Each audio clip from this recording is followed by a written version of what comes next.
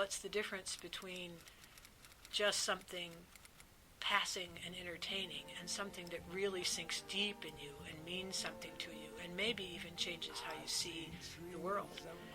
Because literature could do that for people. I believe in art very deeply, all kinds of art, and I was lucky to be in an artistic profession for so many years.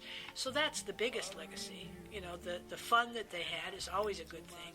The sense of quality that they hopefully got from what we did will always be with them. I think those are probably the two biggest things. I think to some extent the legacy of the store in terms of educating people about the problems that come when people try to censor books.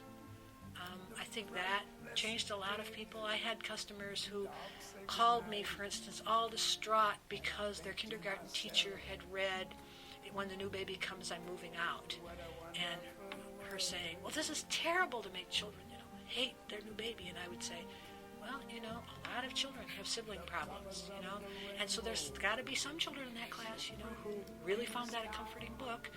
And remember, at the end, he ends up really feeling good about the baby. So I don't think anybody's permanently damaged, and some kids who come from different kinds of homes than your home, evidently, probably found that very comforting. And she, luckily, I had the most wonderful customers, because she said to me, I never thought about that. That's really interesting. So I think that kind of learning probably has an effect, on a bigger effect over time.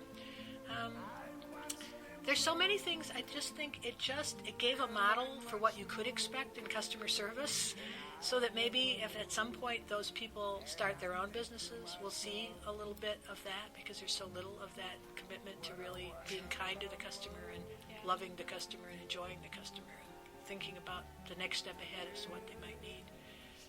So maybe that'll have an effect. I think all of the things that we did are those kind of amorphous effects. But the other one, of course, is that sitting in people's houses all over the United States are books that were bought at halfway down the stairs that are very well-loved books, and that hopefully will get passed on in those families.